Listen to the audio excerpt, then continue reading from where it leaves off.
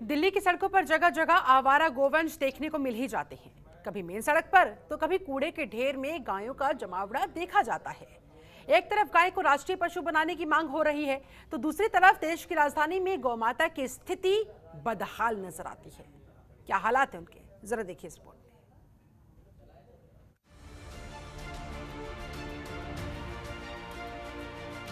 भारत में जिस गाय को माता के समान माना जाता है, हमारी संस्कृति में गौवंश को पूजनीय माना जाता है, वही गौवंश आज राजधानी दिल्ली की सड़कों पर दर दर भटक रहे हैं। कभी सड़कों पर तो कभी कूड़े के ढेर में कुछ खाने की तलाश में ये गौवंश घूमते हुए नजर आते हैं। गाय एक पशु ही नहीं बल्कि भारतीय संस्कृति भी है, लेकिन आज इस गौवंश के क्या दशा हो चुकी है वो आप यहाँ खुद देखते हैं। ये कूड़े के ढेर पर अक्सर पाई जाती है और इसीलिए इसको आवारा पशु कहा जाता है। सड़कों के किनारे कई बार कूड़े का ढेर होता है जहाँ पर ये चारे की तलाश में पहुँचती हैं और कई बार हादसों को ये दावा देती है और कई बार खुद हादसे का शिकार हो जाती हैं। साथ ही आपको बता दें, गौवंश को लेकर इलाहाबाद हाई कोर्ट ने भी टिप्पणी की है और कहीं ना कहीं राष्ट्रीय पशु गाय को बनाने की बात कही जा रही है। लेकिन कहीं आपको बता दें, इस तरह जहाँ कूड़े का ढेर होता है वहाँ पर सैकड़ों जो पशु हैं उनका एक जमावड़ा मिल जाता है। साथ ही आपको बता दें, एक सरकार की तरफ से योजना बनाई गई थी, ये जो पशु हैं आखिर किसके हैं उसकी पहचान की जाए।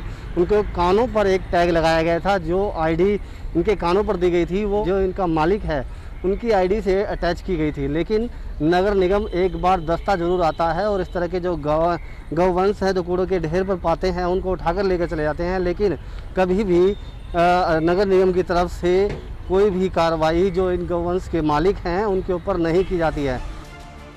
कभी इनकी वजह से हादसे होते हैं तो कभी ये खुद हादसे का शिकार हो जाते हैं, लेकिन फिर भी नगर निगम की तरफ से कोई कार्रवाई इनके मालिकों पर नहीं की जाती है।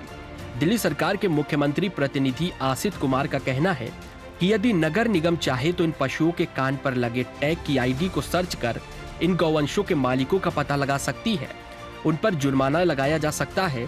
लेकिन कहीं न कहीं नगर निगम के अधिकारी अपने कामों से बचते हुए नजर आ रहे हैं। देखिए, एक तरफ एमसी भाजपा जो है वो गाय को राष्ट्रीय पशु बनाने की मांग करती है और तरह तरह के आयोग बना रही है, लेकिन ज़मीनी स्तर पर ये बिल्कुल भी नहीं दिखता। गाय आपको सड़कों पे ही दिखेंगी। जो ये कूड़ा है, कूड़े में पन्नियाँ खाती हुई मिलेंगी, वही उनकी मौत की वजह बनती है।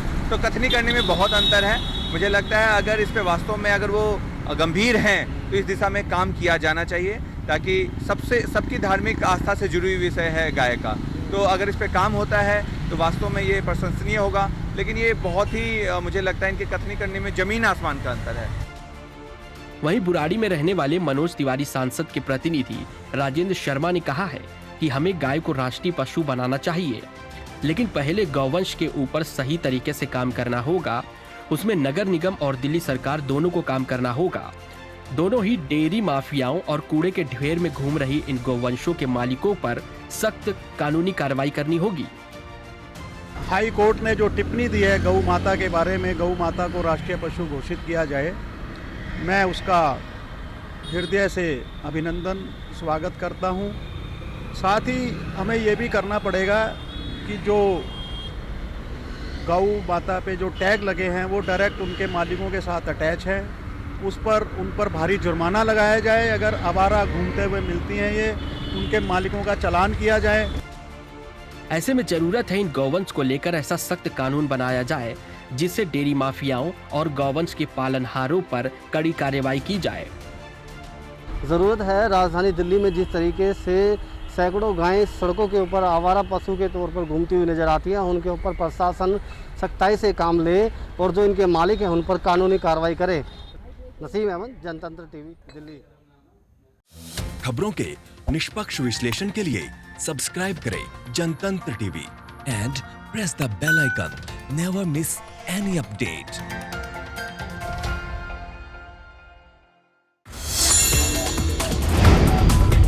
Download the Janatantra TV app, available on Google Play and App Store. Download it now.